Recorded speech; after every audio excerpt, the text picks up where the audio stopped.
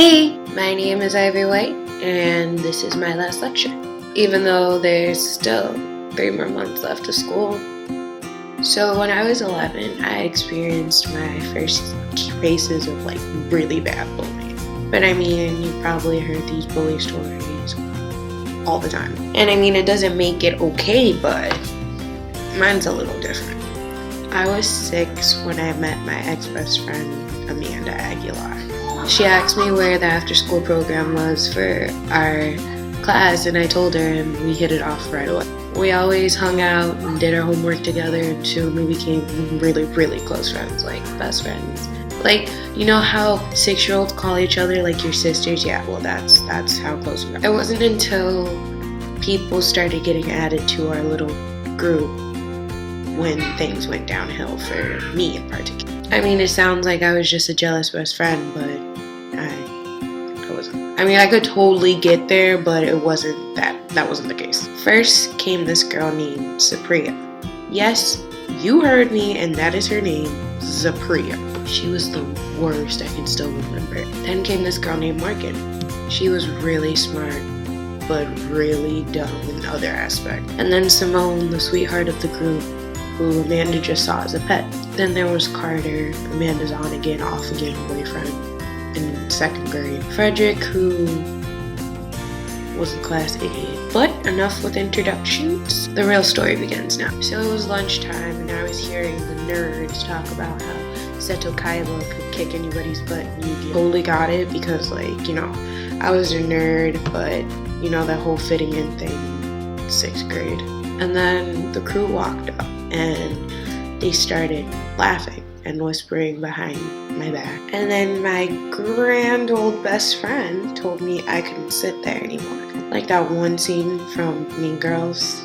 Everyone knows that's my favorite movie. And so I was confused, and I was like, why? But they just started laughing, so I decided to leave and go to the nerd table. So that night I texted her because we had those Samsung Gravity phones that we could text. And so when I asked her, it was the most stupid reason ever. I realized I just said stupid. I'm sorry.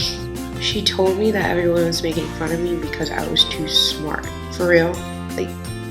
Too smart? Really? I started to feel so self-conscious because I was one of the nerds, apparently.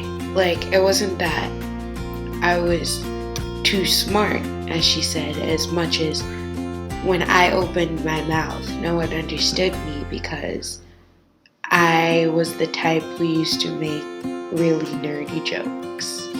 It just progressively got worse as the week went on, and I just felt dead inside. But I don't think I felt a worse pain than when I had to pretend that I was the airhead of the group, the one who didn't get anything, who was just like, what?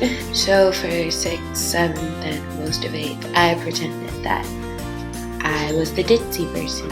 But I felt like I was doing everything for attention, I wasn't using correct vocabulary. I was asking really stupid questions that I already knew the answer to. I remember this one kid named Jonathan asked me, does 6 go into 700? And I purposely said no, just to get a laugh out of people. And I think that's when I realized that I didn't need to do this. I was never one to act who I really am until I got into my sophomore year in high school. I was always that girl who wanted to fit in with the crowd, and fitting in the crowd isn't that fun because fitting in with the crowd makes you feel dead inside, and I don't want to feel that. So for the lesson learned part of this essay, I learned that it's best to be who you are, who you were born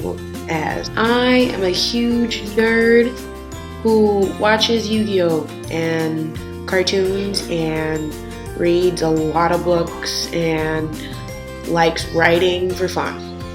And I'm happy to say that I have true best friends who love me because I do those things. Another thing I learned was that you don't know who people are until they actually show you your true colors. And I mean, that's a lesson that keeps on going until, I don't know, probably I'm dead, but, at least I learned it early. Like, with Amanda, I truly thought that we were best friends, but it was different. So what I want you all to take away from this as you go on to your different chapters of your life, and I'm not going to be able to see you every day, it's okay to be you.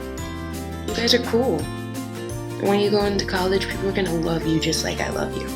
So, thank you for being forced to watch this, and this was my last lecture.